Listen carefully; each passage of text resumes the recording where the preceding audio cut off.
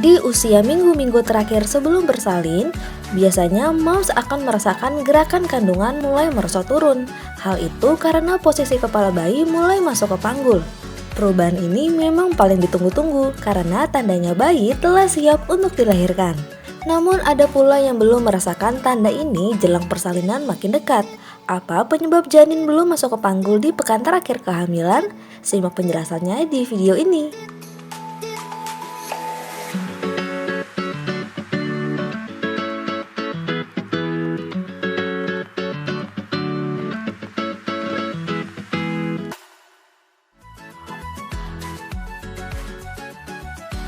Posisi terbaik untuk bayi dilahirkan secara normal adalah occiput posterior. Pada posisi ini digambarkan kepala bayi menghadap ke bawah, kadang-kadang menghadap ke perut ibu. Idealnya, posisi kepala bayi harus berada di bagian bawah rahim atau menghadap ke bawah dekat dengan jalan lahir. Posisi ini disebut presentasi sefalik. Untuk mencapai posisi ideal persalinan ini, bayi biasanya bergerak memutar seiring bertambahnya usia kehamilan. Adanya air ketuban membantu si kecil bisa bergerak untuk turun ke panggul.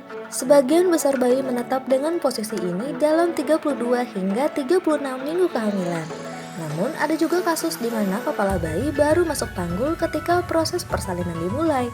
Ada beberapa alasan kenapa bayi belum juga masuk panggul, yaitu 1. Dagu bayi dalam posisi menengadah ke atas yang membuat ukuran kepala membesar. 2. Kepala bayi posisinya tumpang tindih dengan tulang kemaluan. 3. Ukuran kepala bayi terlalu besar. 4. Plasenta menghalangi jalan bayi.